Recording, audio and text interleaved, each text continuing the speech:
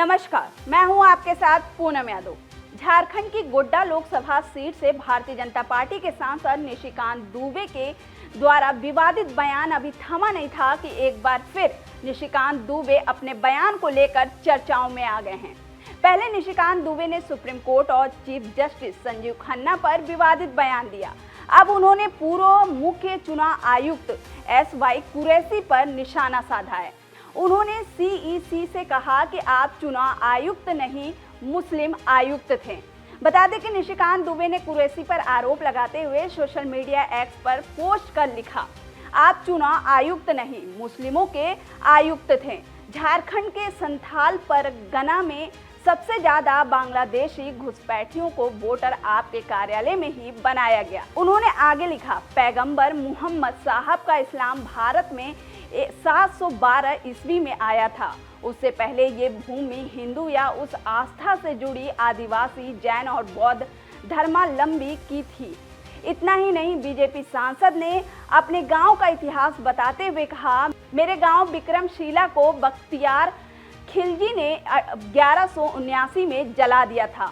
विक्रमशिला विश्वविद्यालय ने दुनिया को पहला कुलपति दिया। अति दीपांकर के रूप में देश को जोड़े, इतिहास पढ़ो, तोड़ने से पाकिस्तान बना था, अब बंटवारा नहीं होगा। दरअसल ये निशिकांत दुबे का बयान तब सामने आया जब कुरैशी के 17 अप्रैल को एक्स पर एक पोस्ट में आरोप लगाया गया था कि वक्फ कानून मुस्लिमों की जमीन हड़पने के लिए सरकार की एक भयावह योजना है। उन्होंने कहा कि यकीन है कि सुप्रीम कोर्ट इस पर सवाल उठाएगा। प्रोपोगेंडा मशीनरी ने गलत सूचना फैलाने का अपना काम बखूबी किया है, जिस पर बीजेपी सांसद ने रविवार को कुरैशी के इस पोस्ट पर अपनी प्रतिक्रिया दी थी।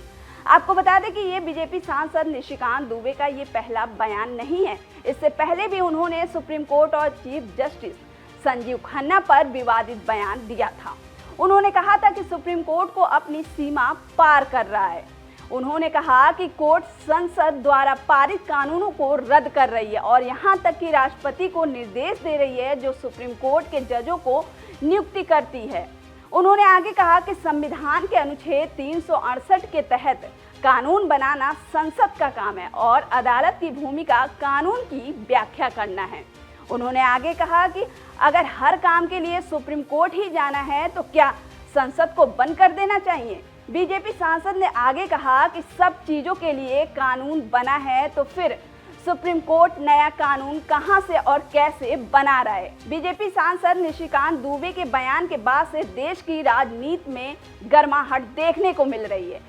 पूर्व IPS अधिकारी और आजाद अधिकार सेना के राष्ट्रीय अध्यक्ष अमिताभ ठाकुर ने सुप्रीम कोर्ट में भारतीय जनता पार्टी के सांसद डॉक्टर निशिकांत दुबे के खिलाफ कॉन्टेक्ट ऑफ कोर्ट एक्ट के नियमानुसार कार्रवाई करने की मांग की है। भाजपा के लोकसभा सांसद डॉक्टर निशिकांत दुबे ने कल एक मीडिया इंटरव्यू में सुप्रीम कोर्ट और मौजूदा चीफ जस्टिस के संबंध में जो टिप्पणियां की थी, उनमें कई स्पष्ट रूप से आपराधिक अवमानना की श्रेणी में आते हैं और यही कारण है कि स्वयं पार्टी के राष्ट्रीय अध्यक्ष डॉक्टर JP नड्डा ने स्पष्ट रूप से पार्टी की ओर से इससे किनारा कर लिया है।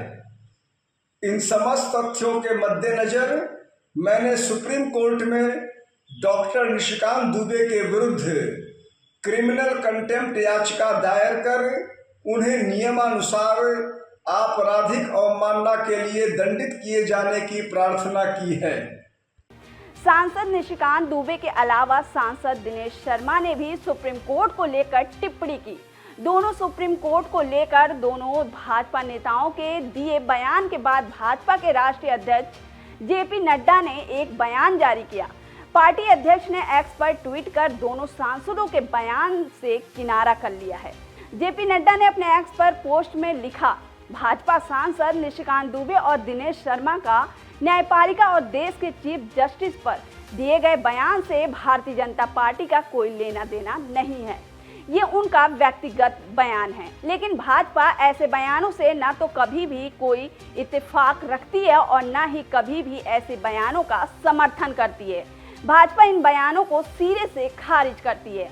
आपको बता दें कि बीजेपी सांसद निशिकांत दुबे से पहले इसी मामले पर उपराष्ट्रपति जगदीप धनखड़ ने सुप्रीम कोर्ट की कार्यशैली पर सवाल उठा चुके हैं। राज्यसभा इंटर्नशिप कार्यक्रम के समापन समारोह में उपराष्ट्रपति जगदीप धनखड़ ने सुप्रीम कोर्ट के एक हालिया आदेश पर चिंता जाहिर करते हुए कहा कि भारत में ऐसे लोकतंत्र की कल्पना नहीं की थी जहां न्यायाधीश कानून बनाएंगे और कार्यकारी जिम्मेदारी निभाएंगे और सुपर संसद के रूप में काम करेंगे। उपराष्ट्रपति ने सुप्रीम कोर्ट के उस आदेश का जिक्र किया जिसमें राष्ट्रपति को 3 महीने के भीतर विधेयक पर फैसला लेने की समय सीमा तय की गई है। उपराष्ट्रपति ने आगे कहा कि ऐसा पहली बार हुआ है जब राष्ट्रपति को तय समय में फैसला लेने के लिए कहा जा रहा है। उपराष्ट्रपति ने आगे कहा कि अब जज विधायी चीजों पर फैसला करेंगे, वे ही कार्यकारी जिम्मेदारी निभाएंगे और सुपर संसद के रूप में काम करेंगे। उनकी कोई जवाबदेही भी नहीं होगी क्योंकि इस देश का कानून उन पर लागू ही नहीं होता है। फिलहाल के लिए इतना ही। और भी खबरों के लिए देखते रहिए TV24 नेटवर्क।